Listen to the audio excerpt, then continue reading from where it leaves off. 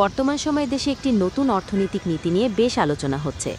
সরকারের নতুন পরিকল্পনায় বিনিয়োগ বাড়ানোর এবং কর্মসংস্থান তৈরির ওপর জোর দেওয়া হচ্ছে। এর ফলে ব্যবসায়ীরা নতুন করে বিনিয়োগের কথা ভাবছেন এবং বাজারে ইতিবাচক প্রভাব পড়েছে।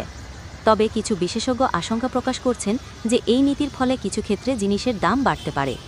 সব মিলিয়ে এই নতুন অর্থনৈতিক পরিকল্পনা দেশের অর্থনীতিতে বড় ধরনের পরিবর্তনের ইঙ্গিত দিচ্ছে এবং এটি এখন আলোচনার কেন্দ্রবিন্দুতে আছে। সরকারের নতুন অর্থনৈতিক পরিকল্পনা বাস্তবায়িত হলে দেশের বিভিন্ন খাতে উল্লেখযোগ্য পরিবর্তন আসতে পারে। বিশেষ করে অবকাঠামো এবং শিল্প খাতে বিনিয়োগ বাড়লে নতুন কর্মসংস্থানের সুযোগ তৈরি হবে, যা বেকারত্ব কমাতে সাহায্য করবে। তবে এই পরিবর্তনের সাথে সাথে বাজারে দ্রব্যমূল্যের উপর চাপ পড়তে পারে, যা নিয়ন্ত্রণ করা সরকারের জন্য একটি বড় চ্যালেঞ্জ হবে।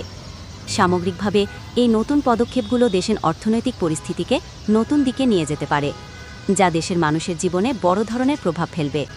এটি এখন সবার আলোচনার মূল বিষয় হয়ে উঠেছে এবং সবাই আগ্রহ নিয়ে দেখছে এর ফলাফল কী হয়।